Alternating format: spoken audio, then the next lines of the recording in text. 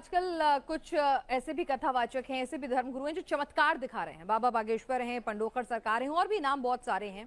तो ये चमत्कार दिखाना ये कौन सा तरीका है धर्म का? क्या ये सनातन है आपकी नजर में? हाँ जी, हाँ जी। ऐसी वैसे जो जहां तक जिनके नाम अभी आपने लिए वो खुद बोलते हैं हमारे पास कोई चमत्कारी शक्ति नहीं है, हम कोई चमत्कार नहीं दिखाते, लेकिन हमारे इष्ट हैं, ये उनकी कृपा से ही हो जाता है कि हम कुछ बोलते हैं और ऐसा कार्य हो जाता है। तो वास्तव में ये मेरे इष्ट की कृपा है, ऐसा नहीं कि मेरे में कोई चमत्कारी शक्ति है या मैं भगवान हूं। इस तरह ये जो लोग जैसे बागेश्वर धाम जी के जो धीरेन्द्र शास्त्री जी हैं, कभी ये नहीं बोला मैं भगवान हूं या मैं ही हनुमान जी का अवतार हूं, मेरी पूजा किया करो। नहीं, वो लोगों को भगवान का नाम ही बुलवा रहे हैं अल्टीमेटली, और जो पैसा आ रहा है उससे कहीं ना कहीं हंसलावे बनवाते हैं और वो खुद एक अपना सिंपल जीवन जीते हैं। यहाँ तो लोगों को पैसा लेकर के वो वर्ल्ड टूर में निकले हुए हैं धीरेन्द्र शास्त्री जी, मजाक कर रहे हैं लड़कियों के साथ। ऐसा है नहीं है, बिल्कुल भी ऐसा नहीं है। तो इसीलिए हमें सिर्फ सरफेस पे हम चमत्कार नहीं देखेंगे, साथ ही उस व्यक्ति का चरित्र भी देखेंगे, वो लोगों और एक्चुअली क्या करा रहा है। जैसे कई ऐसे भी सो कॉल्ड धर्म गुरु हैं जो कि लोग कन्वर्ट करते हैं सनातन धर्म से दूसरे धर्मों में, सो कॉल्ड मैजिक दिखाकर, जो मैजिक नहीं होता, सिर्फ ड्रामेपंथी होती है। पर यहाँ पर धीरेन्द्र शास्त्री जी हैं जो कि वास्तव में अपने वो भी तो कहते हैं मैं भगा रहा हूं, मैं कैंसर ठीक कर दूंगा, सीताराम जी के शुद्ध भक्त हैं। वो भी तो कहते हैं कि मैं भूत भगा दूंगा, कुछ कर पाते हैं। वो भी तो कहते हैं मैं भूत भगा दूंगा, मैं वो भी इस तरह के दावे कह रहे हैं ऐसा करता हूं, लेकिन करते हैं हनुमान जी। हाँ, लेकिन कहते हैं लेकिन करते मेरे हाँ, लेकिन हाँ भूत भगाएंगे, हाँ जी, लेकिन भूत भगाएंगे कौन? हनुमान जी। कहता है मैं तो सिर्फ एक निमित्त मात्र हूँ, पर भूत भगाते तो हनुमान जी हैं। मतलब अगर कोई दूसरे धर्म वाला करे तो ड्रामेबाजी और सनातन करे तो ठीक करता है, तो नहीं। अमोघ लीला प्रभु, अगर कोई दूसरे धर्म वाला ऐसा दावे करे कि ये पानी पीकर, नहीं, ऐसा बिल्कुल भी नहीं है। अगर आप ऐसा, हाँ जी जी, नहीं वो करें तो गलत, सनातन का कोई करे तो ठीक। हाँ जी, यही मैं आपको बता रहा हूँ कि एक होता है कि हम लोगों को कन्वर्ट करते हैं, यही मैं आपको बता रहा हूँ कि अगर आप देखें ना, जो सनातन धर्म है वो कन्वर्जन पे फोकस नहीं कर रहा कि आओ आपको कन्वर्ट करें, चमत्कार दिखाएं, हनुमान जी करेंगे फिर आप कन्वर्ट हो जाना। ये मंशा नहीं है, लोगों से दुख दर्द दूर करने की मंशा है। लेकिन अगर दूसरे धर्म की बात करते हैं ना, उनका पर्पस ही कन्वर्जन होता है, पर्पस ही यही होता है उनका। तो इसीलिए हमें मेंटालिटी में भी जाना पड़ेगा, उस कॉन्शियसनेस से भी जाना पड़ेगा जो उसके पीछे काम कर रही है, उस एक्टिविटी के पीछे एटीट्यूड है, एक वैल्यू सिस्टम है, एक थॉट प्रोसेस है, उसको भी एनालाइज करना चाहिए। तो आपको दोनों में फर्क नजर आएगा। ठीक है लीला प्रभु जी, दो छोटे छोटे सवाल और हैं, क्योंकि ये सवाल हमारे इर्द गिर्द रहते हैं और आपके कुछ वीडियोस में देख रही थी। तो आप गर्लफ्रेंड रखने से मना करते हैं, आप कहते हैं गर्लफ्रेंड नहीं बनाना चाहिए, शनि दोष नहीं होता, कन्या दोष होता है। उसको लेकर सवाल भी उठते हैं और आलोचना भी होती है। बिल्कुल। क्या सनातन प्यार की इजाजत नहीं देता? आप तो कृष्ण भक्त हैं, वहां तो कृष्ण तो खुद राधा कृष्ण एक अटूट प्यार की इजाजत देता है, शादी करके प्यार की इजाजत देता है। हाँ जी बिल्कुल। मैं पहले मैं इस पे आऊंगा आज के लड़का लड़की गर्लफ्रेंड बॉयफ्रेंड पे, फिर मैं आऊंगा राधा कृष्ण पे। ठीक है कि राधा कृष्ण में गर्लफ्रेंड बॉयफ्रेंड का फंडा अप्लाई होता है कि नहीं होता है, that's second part of my answer. But first part ये है कि जो गर्लफ्रेंड बॉयफ्रेंड कल्चर है ये स्त्री का अपमान है। जितने भी लड़के बोलते हैं कि ना क्यों प्यार कर रहे हैं, क्या दिक्कत क्या है जी आपको, यार ठीक है तेरी माँ किसी से प्यार करे, ठीक है ना, तेरी माँ किसी से घूमे फिरे लफंटरबाजी करे, ठीक है ना, hey how dare you say that, तो गुस्सा आ जाएगा आपको। आपकी बहन किसी के साथ घूमे तो hey how dare you say that, तो मतलब आपकी माँ और बहन किसी साथ घूमे तो गलत है, लेकिन आप किसी माँ और बहन किसी बहन के साथ आप घूम सकते हैं। हाँ, दैट्स राइट। तो ये तो लॉजिकली इनकोहेरेंट है, ये तो लॉजिकली गलत है एक्चुअली। तो इसलिए जितना भी कल्चर है गर्लफ्रेंड बॉयफ्रेंड का, इसमें अल्टीमेटली नुकसान किसका होता है? एट द रूट अगर देखा जाए लड़की ही बेचारी नुकसान में रहती है। अगर वो बेचारी गर्भवती हुई, कौन संभालेगा बच्चे को? या तो गर्भपात कराएगी, वो हिंसा करेगी, बच्चे की जान लेगी अपने ही बच्चे की, या फिर बच्चा पालेगी तो अब बाप तो है नहीं, क्योंकि तो बॉयफ्रेंड वाला चक्कर था, ये आगे तो बढ़ लिया ये तो फंसती बेचारी कौन है? लड़की ही फंसती है। तो हम सोचे girlfriend boyfriend culture is very advanced culture. यहाँ जैसे लिव इन का आजकल हो गया, लिव इन है, अरे ये लिव इन का, ये जो कुत्ते बिल्ली होते हैं गलियों में घूम रहे हैं, ये लिव इन में होते हैं असल में। साथ में कुछ समय रहे, बच्चा पैदा हुआ, फिर कुत्ते ने किसी और कुत्ते को चुना, कुतिया ने किसी और कुत्ते को चुना, ये तो कुत्ते बिल्लियों का कल्चर है बाबा। तो इसीलिए ये कोई प्यार मोहब्बत वाला ये जो केस है, ये कोई एडवांस कल्चर नहीं है। हमें से कोई पसंद नहीं करेगा हमारी माँ और बहनें इसमें लगे। हम हमारी माँ बहन खबरदार किसी ने आंख उठाई। क्या आपकी नजर में महिलाएं इतनी बेअक्ल हैं? क्या महिलाएं इतनी कम अक्ल हैं, उन्हें अपना अच्छा बुरा नहीं पता? क्या वो खुद जज नहीं कर सकती? क्या आज एक महिला देश की राष्ट्रपति हो सकती है, इस देश की महिला प्रधानमंत्री हो सकती हैं? लेकिन सुनिए ना, वो अपने आप सोच लेंगी ना। मतलब हर एक इंसान को, सनातन की तो खूबसूरती है ये ना कि सबको आजादी है। हमारे सनातन में ये परंपरा थी ना स्वयंवर की, कि आप खुद चुनते थे अपने लिए, तो आप भाई उनको चुनने दीजिए, उनकी अपनी इच्छा है, वो लिव इन में रहना चाहें, वो मल्टीपल बॉयफ्रेंड्स या पार्टनर्स रखना चाहें, या फिर वो एक सिंगल पार्टनर रखना चाहें, तो ये एक लड़की को भी चुनने दीजिए ना। मतलब इसमें जजमेंटल क्यों होना?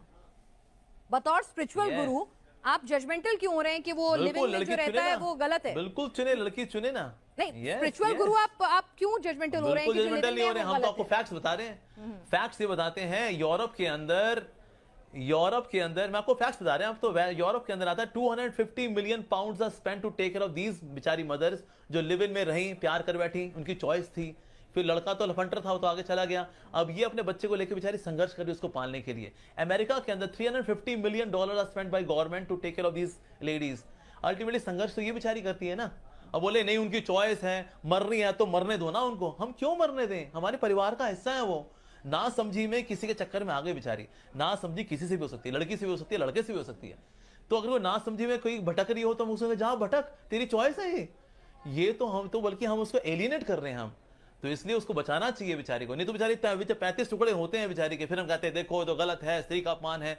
अरे तो लड़कियों को समझाना पड़ेगा कि कभी कभी तेरे से गलती हो सकती है बाबा, लड़के से भी होती है, लड़कियों से भी होती है। तो इससे उनको बचाना ये हमारा कर्तव्य है। हम बोले कि नहीं नहीं तो स्वतंत्रता है, करने दो। लड़कियों में बुद्धि तो होती है, आपने ऐसे बताया ना, हमारे राष्ट्रपति भी हैं, शी इज अ वुमन।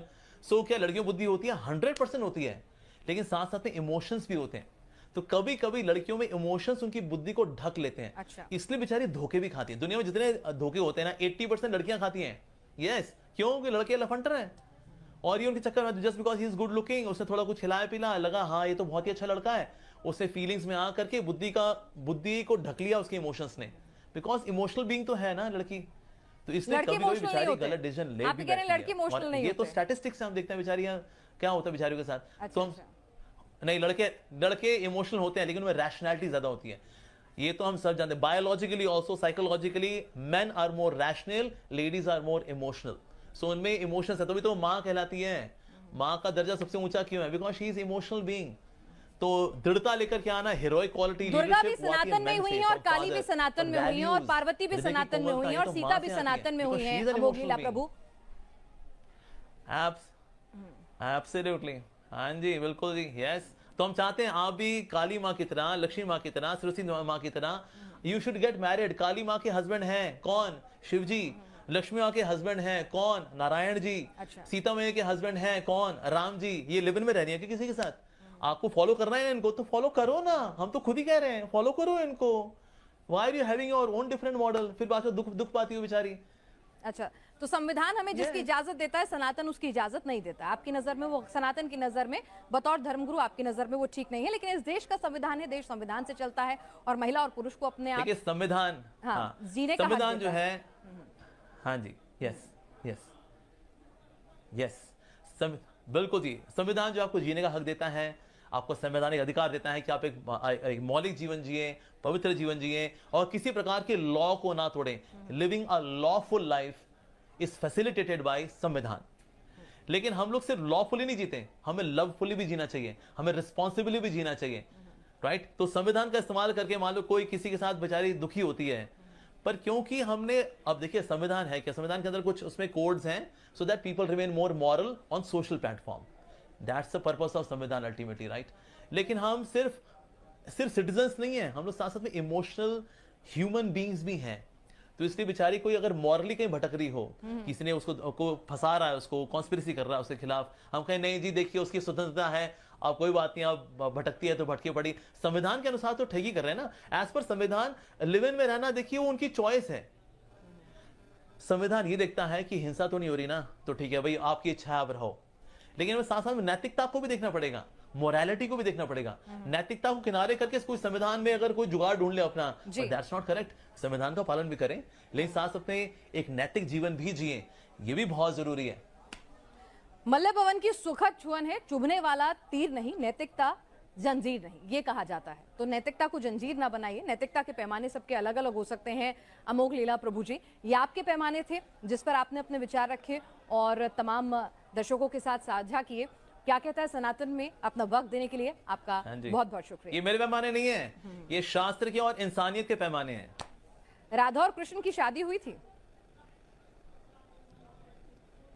आपने कहा था आपके जवाब का दूसरा हिस्सा रह गया, तो वो भी सुन लेते। हुई थी, भांडीरोन में हुई थी, ब्रह्मा जी ने कराई थी।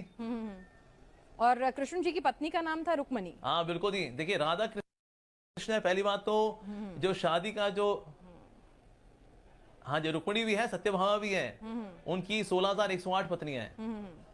भगवान ने लिव इन किसी के साथ नहीं किया। अच्छा। जिम्मेदारी के साथ 16,108 पत्नियों को 16,108 रूपों में 16,108 महलों में भगवान ने रखा।